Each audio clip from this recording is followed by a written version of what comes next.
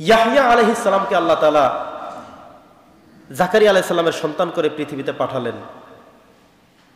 জাকারিয়া আলাইহিস সালাম এমন একটি সময় দোয়া শুরু করলেন, এমন একটি সময় তিনি সন্তান চাওয়া শুরু করলেন, যেই সময়ে কোনো মানুষের চেহারার দিকে দেখলে, হাঁটার স্টাইল দেখলে কেউ কখনো বিশ্বাস করবে না। একজন মুরব্বী মানুষ যদি লাঠি নিয়ে হাঁটতে থাকে, ঠিকমতো হাঁটতে পারে না, চলতে পারে না, দাড়ি চুল সব পাকা, এমন একটি সময় যদি খবর এসে যায় যে ওনার সন্তান হয়েছে, এটা স্বাভাবিকভাবে কেউ বিশ্বাস করতে চাইবে না যে এটা কেমন কথা হলো। এই বৃদ্ধ মানুষ, দাড়ি চুল পাকা, হাঁটতে পারে না, লাঠি নিয়ে হাঁটে, এই মানুষের আবার সন্তান হয়ে কি করে? সব মানুষ অবাক হয়ে যাবে। শুধু কি ওনার জন্যই না, বরং ওনার যে স্ত্রী সেও তো বৃদ্ধা হয়ে গিয়েছে। এমন একটি সময় সব মানুষ হাসাহাসি করবে যে এটা কি করে হতে পারে। কিন্তু আল্লাহ তাআলা বলেছেন আমার পক্ষে সম্ভব, আমার পক্ষে সম্ভব, অসম্ভবের কিছুই নয়, কিছুই না আমার কাছে। আমি চাই তো হয়ে যায়। আমি আল্লাহ তাআলার কাছে সব কিছু, আমি আল্লাহর জন্য শুধুমাত্র কুন ফায়াকুন, আমি চাইবো হয়ে যাবে। সম্মানিত সুধী, এই জাকারিয়া আলাইহিস সালাতু ওয়াস সালামের জীবনী থেকে আমরা কিছু গুরুত্বপূর্ণ লাইফ লেসন আমরা নিতে চাই। প্রথম কথা হলো, দোয়া একটি শক্তিশালী গুরুত্বপূর্ণ সাবজেক্ট আমাদের জীবনের জন্য। উনি আল্লাহর কাছে দোয়া করেছিলেন, এমন এক বৃদ্ধ বয়সে এসেও আল্লাহ তাআলা বলছেন, ঠিক আছে তুমি দোয়া করেছো, আমি তোমার দোয়াকে ফেললাম না, রেখে দিলাম। তোমার জন্য আমি একজন পুত্র সন্তান দান করলাম। তুমি চেয়েছো তোমার উত্তরাধিকারী রাখতে, আর উত্তরসূরি উত্তরাধিকারী হয়ে থাকে পুত্র সন্তানের মধ্য দিয়েই, এজন্য আমি তোমাকে একটি পুত্র সন্তান দান করে দিলাম। সুবহানাল্লাহ। এই হলো একটি বিষয়। এখানে আরো কিছু গুরুত্বপূর্ণ বিষয় আছে। আমি একদিন আপনাদের সাথে আলোচনা করেছিলাম দোয়া করতে হবে কেমনে। দোয়ার কিছু স্টাইল আছে, দোয়ার কিছু সিস্টেম আছে, দোয়ার কিছু কোয়ালিটি আছে। দোয়া করতে জানতে হয়, দোয়া করে আল্লাহ থেকে চেয়ে নিতে হয়। দোয়া করার সময় আবেগীয় হতে হয়, চোখের দিয়ে পানি ঝরাতে হয়।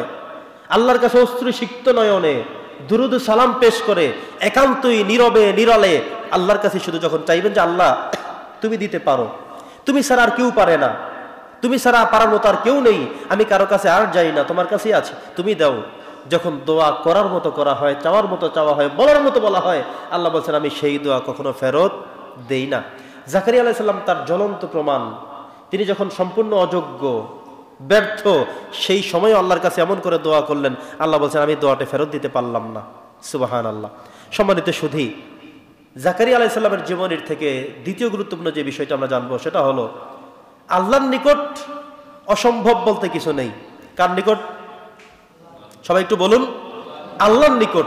আল্লাহ যে পারে না, আল্লাহর পক্ষে সম্ভব না, এই টেন্ডেন্সি আমাদের কারো মাথায় না থাকে, বরং আল্লাহর কাছে সবকিছুই সম্ভব। কিনা বলেন? আল্লাহর কাছে সবকিছুই সম্ভব। আমরা অনেক সময় মনে করি না, আর মনে হয় হবে না, ঠিক না? আর মনে হয় চলবে না, ওনাকে দিয়ে হবে না, আমাকে দিয়ে হবে না। দুইবার ফেল করে তৃতীয়বার গিয়ে বলে আর চলবে না। কিন্তু আল্লাহ বলছেন না, আমি আল্লাহর কাছে এমন কিছু বিষয় নাই যেটা হবে না, আমি পারি না, আমি পারবো না, হতে পারে না, এটা আমি আল্লাহর জন্য হবে না। বরং আল্লাহর কাছে অসম্ভব বলতে কিছু নেই। আপনি শুধু চাইতে থাকেন, বলতে থাকেন, আল্লাহ দিতে সব সময় প্রস্তুত। সুবহানাল্লাহ। হযরত জাকারিয়া আলাইহিস সালামের জীবনী থেকে তৃতীয় নম্বর শিক্ষা হলো, আমরা কখনো আশাহত হব না। অনেক সময় আমরা একটা জিনিস চেয়ে নৈরাশ হয়ে ফিরে যাই, না আর দোয়া করা যাবে না, আমাকে দ্বারা আর হবে না। মাঝে মধ্যে আমরা এমন করি, আমাকে দিয়ে আর হবে না, আমার পক্ষে আর সম্ভব না, আমি এটা আর করতে পারবো না, অমুকে দিয়ে হবে না, আমার এই স্ত্রীকে দেওয়া হবে না, আমার এই সন্তান দিয়ে হবে না, ও আর পাস করতে পারবে না, ও আর মানুষ হবে না। এভাবে মাঝে মধ্যে আমরা নৈরাশ হয়ে যাই। জাকারিয়া আলাইহিস সালামের জীবনী আমরা শুনে বুঝতে পারলাম যে মানুষ কখনো আশাহত হওয়া যাবে না। আমাদেরকে আশাহত হওয়া যাবে না, বরং আমাদেরকে আশায় যখন বুক ফুলিয়ে রেখে আল্লাহর কাছে বলতে থাকবো, আল্লাহ তাআলা আমাদেরকে সেই আশাবাদী থেকেই, আশার জায়গা থেকে আমাদেরকে সামনে এগিয়ে নিয়ে যাবেন। সুবহানাল্লাহ। প্রিয় উপস্থিতি, জাকারিয়া আলাইহিস সালামের জীবনের সর্বশেষ যে শিক্ষাটা আমরা নিচ্ছি সেটা হলো, সন্তান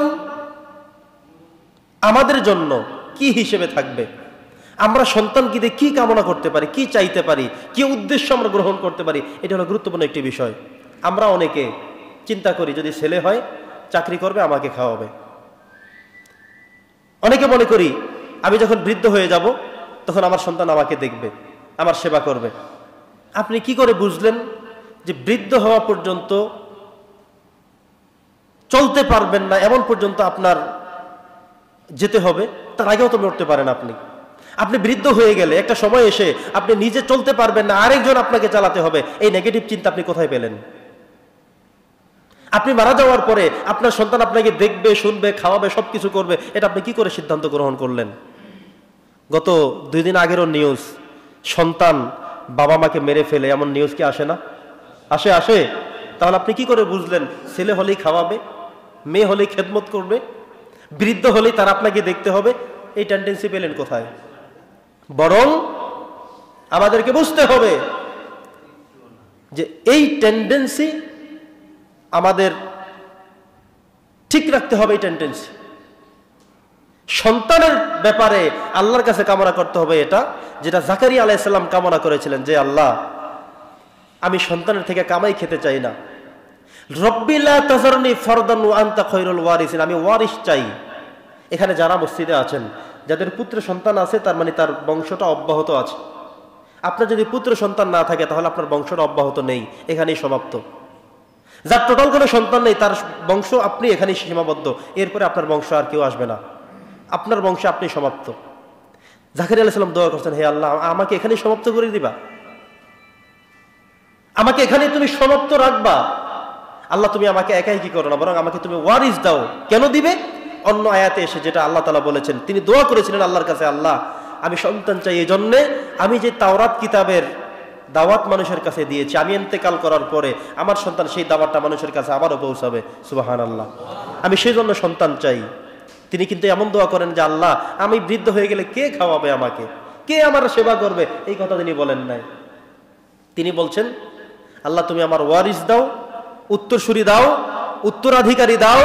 এভাবেই তিনি দোয়া করেছিলেন, আর দোয়া করেছিলেন, হে আল্লাহ, সন্তান দিবা এই কারণে আমি যে তাওরাত কিতাবের দাওয়াত মানুষের কাছে দিয়েছি, সেই তাওরাত কিতাবের দাওয়াতটা যেন আমার পরে আমার সন্তান যেন দিতে পারে, আল্লাহ সেজন্যই দোয়া করি। সুবহানাল্লাহ।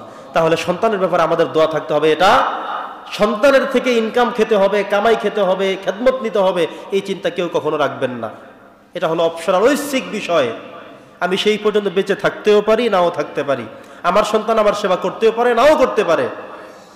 বরং আমার চেষ্টা করতে হবে সন্তানটাকে মানুষ করে গড়ে তুলে যাওয়া। এই হলো গুরুত্বপূর্ণ বিষয়।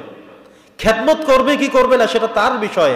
আল্লাহ তো বলে দিয়েছেন সন্তানের ব্যাপারে যে হুমা জান্নাতুকা ওয়া নারুকা, বাবা মা তোমার জান্নাত, বাবা মাই তোমার জাহান্নাম। এবার সন্তান সিদ্ধান্ত করবে আমি জান্নাতে যাব না জাহান্নামে যাব, বাবা মাকে সন্তুষ্ট রাখবো কি সন্তুষ্ট রাখবো না। সন্তুষ্ট রাখবে তো জান্নাতে যাবে, রাখবে না তো জাহান্নামে যাবে। সে তার বাবা মার জন্য কাজ করবে, আপনি কেন চাইবেন, আমি কেন চাইবো? সে তারটা চেয়ে নিতে হবে। আমি আল্লাহর কাছে চাইবো, আল্লাহ, আমাকে তুমি উত্তম ওয়ারিস দান করো, যে ওয়ারিস আমার জন্য নাজাতের কারণ হবে।